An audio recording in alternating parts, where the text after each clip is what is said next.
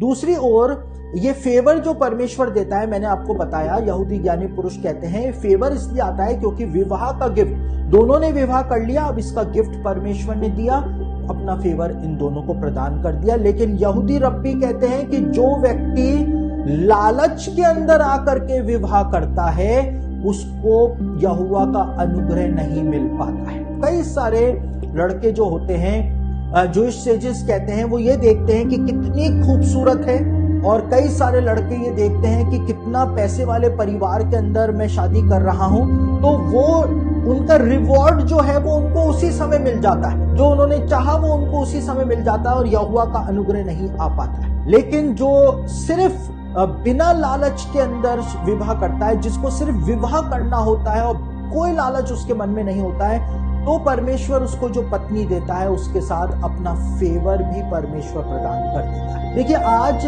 समस्या बहुत विकट हो गई है, चाहे मसीहत हो चाहे कोई और दूसरा समाज हो, एक समस्या के अंदर मानव जाति फंस गई है। और वो समस्या क्या है? आज लोग विवाह, जो कि एक बहुत ही पवित्र संस्था है, विवाह जो कि यहूदियों के अंदर एक धर्म का काम माना जाता है, आज विवाह के अंदर लालच आ गया है। और लड़का या लड़की दोनों में से कोई भी क्यों ना हो, जो एक लड़का इस लड़की को पसंद करता है लेकिन लालच के अंदर वो इससे विवाह कर लेता है कि ये बहुत पैसे वाली है, गवर्नमेंट जॉब के ऊपर है, या ये मल्टीनेशनल कंपनी में ज्यादा कमाएगी। और लड़कियां भी ऐसा ही करती हैं, वो देखती नहीं है कि कितना बड़ा बेवड़ा है, लेकिन रेलवे में है साहब, बेवड़ा होने दो, रेलवे में तो है।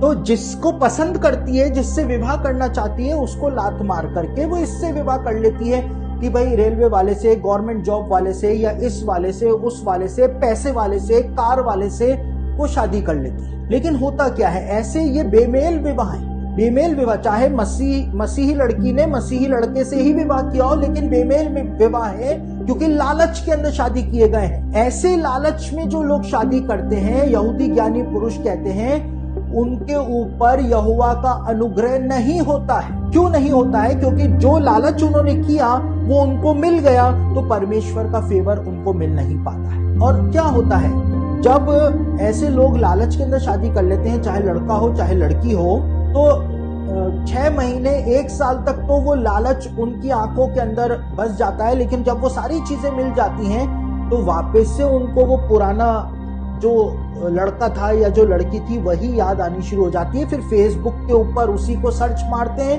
फ्रेंड रिक्वेस्ट भेजते हैं, और उसके बाद फिर चैटिंग करते हैं, मैसेजेस करते हैं, और फिर पता चलता है कि किसी कैफे कॉफी डे के अंदर बैठ करके वहां पर चिट चैट कर रहे हैं कि मैं तो अपने पति से बहुत परेशान हूं, वो कहता है मैं अपनी पत्नी से बहुत परेशान हूं। तो परेशान तो होगे ही, क्योंकि लालच के अंदर आकर के शादी की थी। ये विवाह एक ऐसी चीज है जो लालच के अंदर की ही नहीं जा सकती है, ये जीवन भर का प्रश्न होता है। इसलिए बिना लालच के परमेश्वर की अगुवाई पा करके और फिर विवाह के अंदर कदम बढ़ाना चाहिए। तब यहोवा का अनुग्रह लेकर के आपकी पत्नी आएगी, तब यहोवा का अनुग्रह लेकर के आपका पति आपके जीवन में आएगा और आपका जीवन आशीषों से परिपूर्ण हो जाएगा।